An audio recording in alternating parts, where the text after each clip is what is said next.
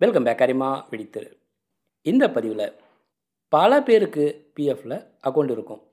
இவங்க தன்னோட யுஏஎன் நம்பரை ஆக்டிவேட் செய்கிறப்ப, அப்படி இல்லாட்டினா யுஏஎனில் ஆதாரை சீட் பண்ண முயற்சி பண்ணுறப்ப பார்த்தீங்கன்னா மிஸ்மேட்ச் அப்படின்னு ஒரு எரர் வரும்.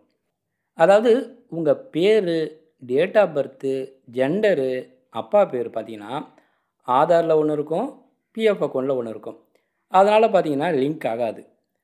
முன்னாடி இதெல்லாம் சரி பண்ணணும் அப்படின்னா எம்ப்ளாயர் தான் ஹெல்ப் பண்ணணும். ஆனால் இப்போது எம்ப்ளாயர்ஸோ இடைத்தரகரோ யாரோட உதவி இல்லாமல் சரி பண்ணுறதுக்கான ஒரு புது வழியை இபிஎஃப்ஓ கொடுத்துருக்காங்க. 2, ஏற்கனவே உங்களுடைய பிஎஃப் அக்கௌண்ட்டில் ஆதாரை லிங்க் பண்ணிட்டீங்க அப்படின்னா அவங்க தன்னுடைய டீட்டெயில்ஸில் ஒரு சில ஃபீல்டை மட்டும் நீங்களே திருத்திக்க முடியும். இதுவே யுஏஎன்னோட ஆதாரை லிங்க் பண்ணாத கேஒய்சி பிரச்சனை இருக்கிறவங்களுக்கு இதை சரி பண்ணுறதுக்காக முதலாளி அப்படி இல்லாட்டினா இபிஎஃப்ஓ இந்த 2 பேரோட உதவி தேவைப்படும் அப்படின்னு கொடுத்துருக்காங்க. 3, யுஏஎனில் இருக்கிற உங்கள் பேர், ஜெண்டரு, பிறந்த தேதி, அப்பா பேர் இதெல்லாம் உங்கள் ஆதாரில் இருக்கிற மாதிரி சரியாக பொருந்துச்சுன்னா உங்கள் முதலாளி போர்ட்டல் மூலமாக உள்ள கேஒய்சி ஆப்ஷனில் உங்கள் ஆதாரை லிங்க் பண்ண முடியும். இதுக்கு இபிஎஃப்ஓவுடைய ஒப்புதல் தேவையில்லை அப்படின்னு கொடுத்துருக்காங்க. 4, பிஎஃப் ரெக்கார்டில் உறுப்பினர் பார்த்திங்கன்னா ஆதாரை லிங்க் பண்ணலை அப்படின்னாலோ ஆதாரில் இன்னும் ஏதாவது திருத்தம் செய்ய வேண்டி இருந்தாலோ இதுக்கான ஜாயிண்ட் டிக்ளரேஷனை ரொம்ப எளிமையாக்கிட்டாங்க.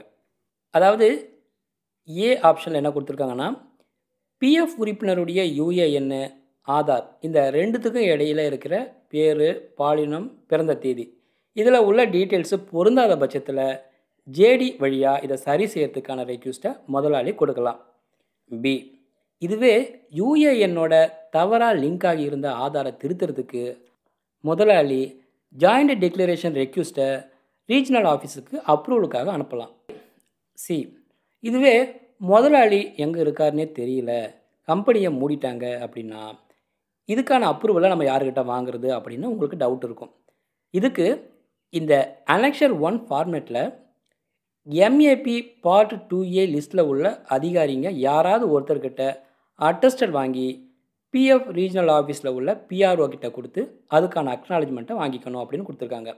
அது என்ன எம்ஏபி அப்படின்னு பார்த்தீங்கன்னா அதாவது manual account procedure part 2A இதுதான் அது.